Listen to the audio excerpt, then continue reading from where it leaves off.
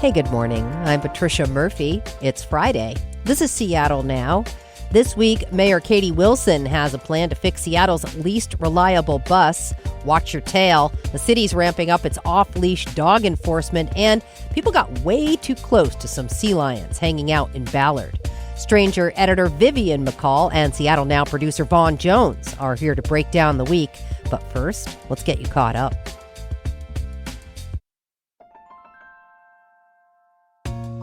Preventing fraud is front and center for the King County Council this morning. They're getting briefed on a new report that lays out how the county can improve its oversight of contracts and strengthen fraud prevention. Last year, the King County auditor found that lax financial oversight at the Department of Community and Human Services allowed improper payments to contractors and potential fraud. This morning's meeting begins at 9:30. If you're headed to the airport this weekend, here's something to know. Beginning early Saturday morning, shuttle buses will replace light rail trains between Rainier Beach Station and SeaTac Airport. Sound Transit says shuttle buses will run every 10 minutes. Regular service will resume Monday morning. Here's something else to know about if you're out and about this weekend. The Emerald City Ride is on Saturday. That's when cyclists will ride from the Stadium District to West Seattle, partly on the highway. Between 6:30 and 9:30 a.m., the westbound West Seattle Bridge and a section of southbound Highway 99 will fully close to traffic. The 20-mile loop is organized by the Cascade Bicycle Club. They're expecting up to 4,000 people to attend. Check back for more headlines on tonight's episode of Seattle Now.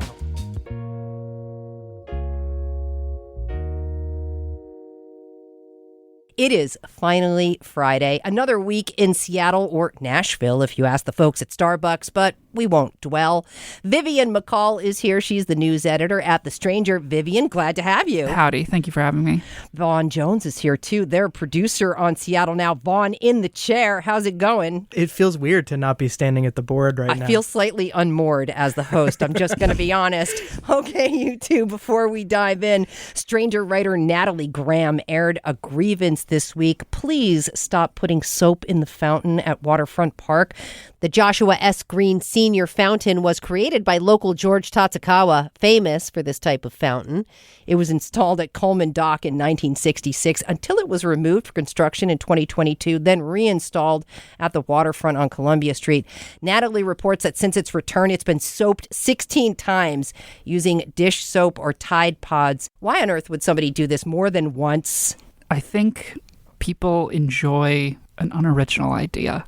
So once something is done, it is done again and again and again and again. And I don't know, I'm not opposed to this kind of mischief generally, but it's not clever, which is what Natalie pointed out. And I do think that that's maybe the greatest offense here. It's just not, it's low-hanging fruit. It's not even funny. It's just a job for somebody else. Vaughan, is this kind of spectacle irresistible once it gets started? I think it's easy, especially because everybody has dish soap. Everybody has a Tide Pod. I don't know. I've been to some houses. They don't anymore. A lot of people have dish soap or Tide Pods or whatever. I will argue it is funny one time. The cleaning crew shakes their fists. They go, "Oh, those crazy kids," and we're good. We move on. The law of comedy is that the more you do something, the returns diminish and diminish and diminish until it's funny again. It hasn't been funny since maybe time zero in this case. Comedy is cyclical. So. Yeah. The Seattle Waterfront Operations team says they have had it. They've had to drain this thing 4 times since the fall, pressure wash it, fill it back up. It takes 6 hours of time. They have just stopped draining it after each instance and put in a defoamer to try to tone it down, but it doesn't really fix the problem. Is this less harmful than other forms of vandalism? Is this just clean fun? No, not exactly, because it does become somebody else's job. Right. And if it were something that worked itself out, where it was like, oh, you put a bunch of bubbles in it and then it flushes itself out. But it's recycling the water and the soap remains. Yeah. So that's not great. What is your best or worst prank? I'll sometimes subtly move items around the desks of my Seattle Now colleagues, and no one has noticed. Wow, Good that luck would piss at me my off, desk. Actually, honestly, I don't think that's funny at all. I wouldn't even notice. My desk is such a disaster zone. Anyway, I'm a bit of a prankster, but I won't tell you what I have done. Don't get yourself in my trouble. past. Right. It was a little spicy for what we're doing here. Moving on to the big story this week. Mayor Katie Wilson is setting out to fix Seattle's least reliable bus line, the 8, known by some as the Late. The 8 goes from Seattle Center to the Mount Baker Transit Center, including a stretch across Denny with a lot of traffic. You may remember an episode of our show last year where a bunch of transit advocates raced against the Late by leapfrogging, balancing soda cans, doing a conga line. Vaughan, you and I went to that race. You produced that episode. Mm-hmm. Right now, only 31% of afternoon peak Route 8 buses arrive on schedule. Only 67% are on time across the entire day. Vivian, this is your bus line. What is your experience on the 8? I get motion sick on buses, so I try to take the train and walk just because the 8, when it kind of goes up the hill or sort of shakes up the hill, I get wildly sick. So I'm not a fan of the bus for many reasons. It also is not on time.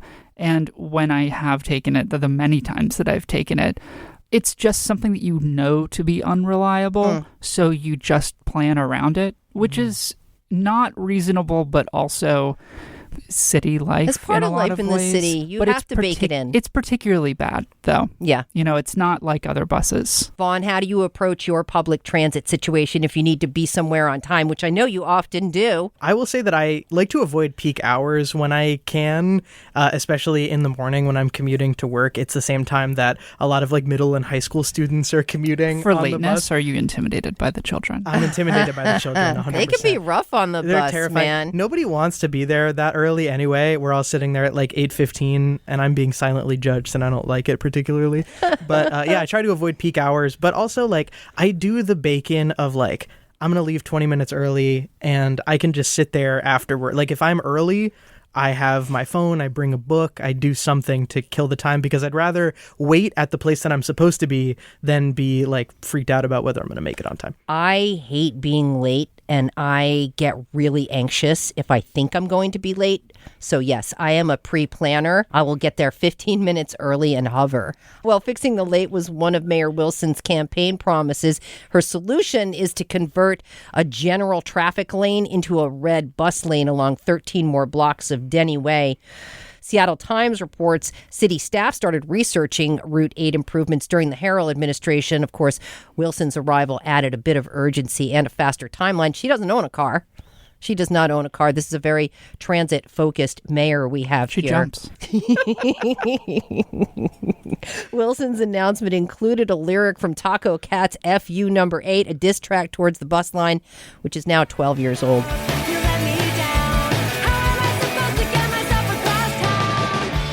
Of course, the lateness of the 8 is legendary. The mayor is implementing this new strategy right around her first 100 days. Is that right on time, or is it something else? I think we expected this to happen sooner than later because, you know, her whole history and everything, and the fact that this is obviously an important issue to her, and something that I think the people who voted for her would really like to see happen. Probably the only reason maybe it didn't come just a tad sooner is that I think everything this administration is doing is building towards the World Cup, because that's going to be the real test of how effective they are. So we'll see. That is going to be a test, too. Yeah. That is going to be a test. Yeah, I think it's interesting as well. Like you mentioned, Vivian, Katie Wilson has a history here. She is the former head of the Transit Riders Union. It's a pretty wide purview, but it's right there in the name that you sort of have to prioritize the transit riders. You have a mandate. Here. And we talked a little bit about this when we did our Race to Late episode. I asked the folks over at the Seattle Department of Transportation about this, and they told me that in the 2024 transportation levy, which Seattle voted for, there was a little bit of funding set aside to start researching this. We, of course, are famous for our Seattle process here, but they told us it's not as simple as putting paint to pavement and just saying, well, let's put the bus line in. It's a lot of research, a lot of that stuff. Well, the mayor does make it sound pretty straightforward, but in reality, these cars, it's like water with less flow. You know, they're going to go somewhere. They've got to go somewhere. The Times says between 6,000 and 7,000 transit riders go through Denny Way every day. Motor vehicles total up to 20 or 30,000 a day. So those 30,000 drivers will need to cram into one lane. The city hopes that a quarter of them will find a new route, which makes me wonder. Right. There are routes. You can get to 5 in different ways. Totally. And I do. You know, yeah. Going just a little bit north. Damn, it's crazy. Did you know you can get on the highway there? A lot of people don't know this. People get jerky when they're stressed in this city, and it makes me wonder what's going to happen when this all comes to fruition. And there are real concerns about pedestrian safety around the streets where these cars are going to inevitably spill over into.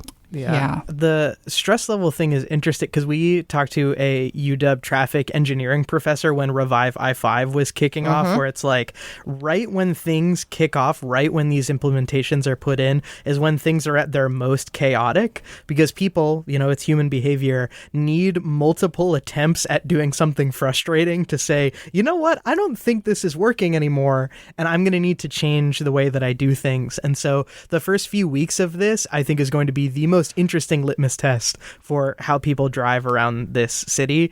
Plan ahead. This is also a city of particularly bad drivers. I say this as somebody I've driven through 47 states. I've been to almost every major city in rush hour, and there's just no place like here. Nobody knows how to merge. Nobody knows how to drive. I don't think people are looking. I've been interested to see how this whole late thing has been spun because, of course, transit people are like, yes, winner. Mm-hmm. Some of the spin from maybe some car-centric reporters have been, Wilson's dodging questions about where this traffic is going to go, how much this is actually going to improve it. Cars are the ones who are going to be dealing with this congestion, not the bus riders. That was the point. Yeah, that is the point. Because if we have 2 lanes, this is a very complicated problem. If we have 2 lanes and we reserve one of them for buses, do we think that it's possible that the buses will move faster? All right. I think what they actually should do is the city should go to Apple and Google and say, hey, never suggest that a car ever take this road. And then it will divert everything to alternate routes and it will solve the problem.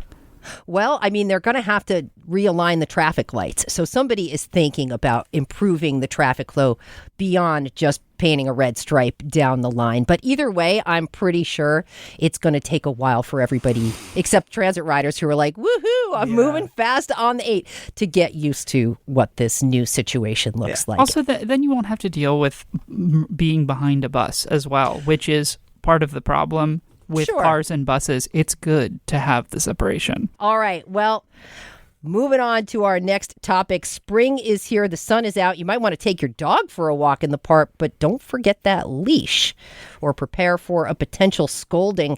Axios Seattle reports off-leash dog enforcement is ramping up in local parks with plans to expand animal control staffing to daily coverage.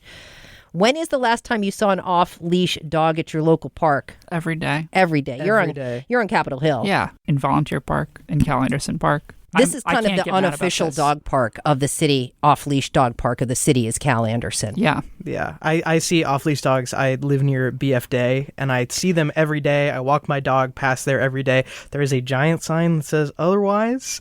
And I see dogs unleashed kind of at the entrance while I'm there walking with my very leashed dog. From the tension in your voice, you sound upset. No, Really? I'm sensing a little tension. My email is pmurphy@KUOW.org. Well, Booker is your dog's name. Yeah, that's my son, and I'm his father, yes. He's good. Is Booker well leash trained? He is leash trained. I would say he is pretty reactive and kind of anxious. And so I go out of my way with him to avoid situations with unleashed dogs because I would just rather not deal with the whole thing. The jumping, the kind of skittishness. It's easier to avoid that. You have to manage the situation, so you'd just rather avoid it. Vivian, you don't have a dog, right? I don't have a dog. I would like a dog, but I'm not allowed to where I live. But I like them very much. And I am not bothered, personally. I understand why it's frustrating for people. I know all the reasons. I just like them. I like to see them. And I emotionally just cannot be upset about it. That's fair. I like dogs a lot. Like a lot.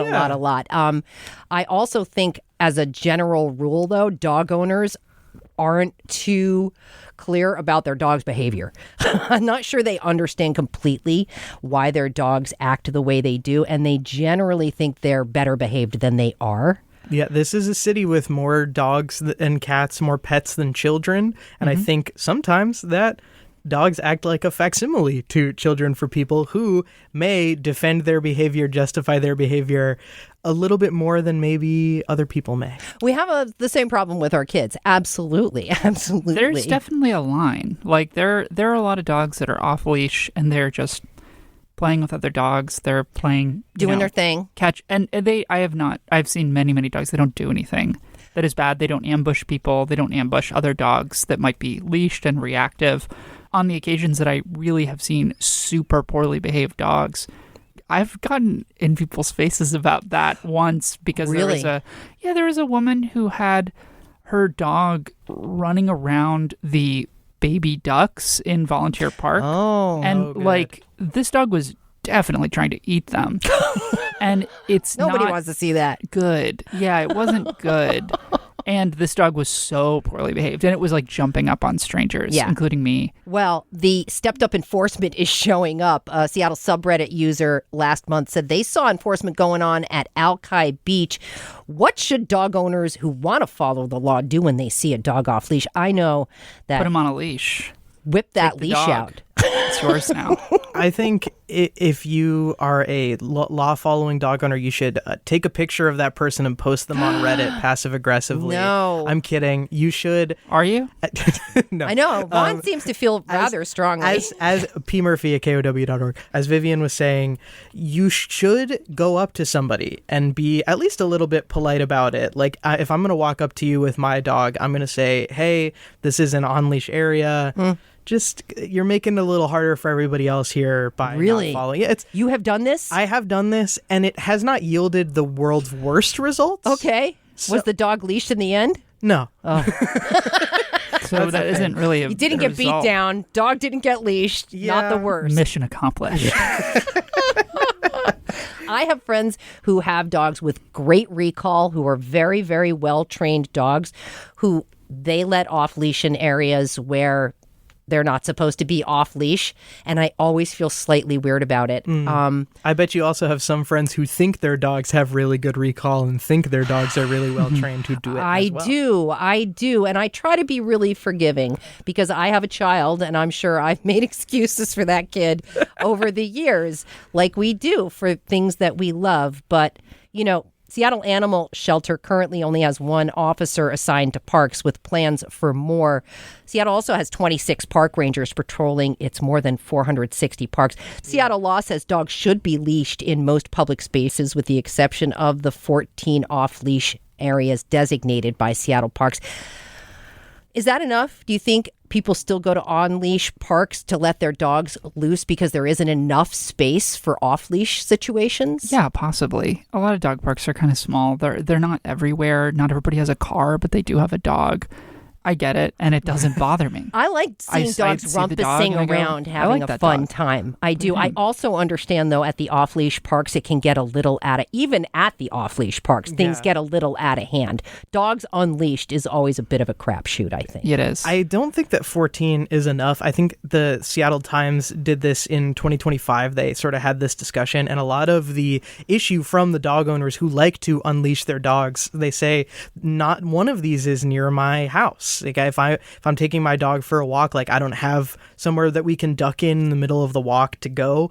Do I think if there were more off-leash dog spaces that would stop people from unleashing their dogs at on-leash parks? No, I don't. I think that they would do that anyway because it is fully about convenience in this case. Well, enforcement has not been happening for years. Seattle Times reported that it dropped drastically since 2020. Only 41 citations were given out in 2024.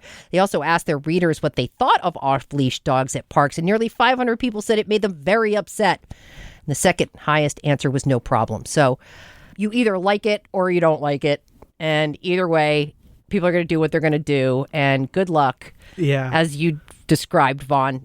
You're not going to probably get anybody to change their behavior. Yeah, that's the thing. You talked about this on Casual Friday last week, the education first at King County Metro leading to not a lot of citations for people. This is the same philosophy. There were only 40 citations or 41 citations given out in 2024 for people with off-leash dogs because they want to educate first. But I think it is a lot easier to teach someone how to get an Orca card than it is to change their behavior to get them to put their dog on a leash. We just want our furry friends to have the best time, to have the best time because we love them. One last thing before we go. The sea lions are back, and for the love of God, do not call them seals. Dozens of the marine mammals were hanging out at Golden Gardens this weekend. It's just part of life here. However, people just can't be cool sometimes. Fox 13 reports people are taking selfies and posting with their dogs, getting too close. This has alarmed environmental authorities in Washington. A representative from the National Oceanic and Atmospheric Administration says, back it up, people. This is so stupid. What is your approach to wildlife, Vivian? Let's educate. Thing with teeth. Don't get up to it. Like, how dumb are you? It's really big. It could crush your body. It could kill your dog. It could kill you, your child. It's like the same thing. And people do this with bears because they're like, oh, it looks cute to me. And it's it's not. Should we watch Grizzly Man together?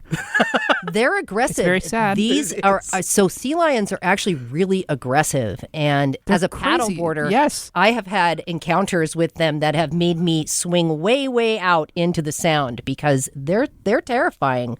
When they're chilling and don't want to be disturbed, don't disturb them. I believe they are pinnipeds, which are pinnipeds related to bears, and you can see the resemblance. Like the teeth and the size. Yeah. We talked on the show last summer about some sea lions overstaying their welcome and causing noise pollution in Chill Shoal. Not for me. The houseboat residents were not happy. Apparently, they made noise all night like animals will do. Vaughan, is there any way to peacefully coexist with our sea lion friends? What could give each side a little bit of what they need? Earplugs for the humans, not the sea lions. And megaphones for the sea lions.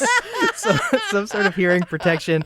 I'm usually pro leave it where it lies when it comes to wildlife. So this is, I think, a December to May sea lion period where that's generally where they're kind of hanging out the most. You're kind of just going to have to put up with it. This is the houseboat life. I'm going to do an extremely accurate I'm having an aquatic experience on my houseboat. Well, likely place for it to be. They're in the water. There we go. I had Yeah, I love it. I can't get enough of those guys. Yeah. All right. We are going to leave it there. Vivian McCall is the news editor at The Stranger. Vaughan Jones is a producer on Seattle Now. Thanks, Vaughan. Thank you. Thanks, Vivian. Thank you. Appreciate you listening to Seattle Now, and thank you to our generous donors for your support. We're not like a sea lion. Get closer. Come on. Take some time. Rate and review the show on your favorite podcast app or share it with a friend. Not a sea lion. Today's episode was produced by Vaughan Jones. It was edited by Andy Hurst. Our production team also includes Caroline Chamberlain Gomez, Brooklyn Jamerson Flowers, and Paige Browning. Greg Kramer does our theme music. Seattle Now and KUOW Public Radio are members of the NPR network. I'm Patricia Murphy. See you tonight for Evening Headlines.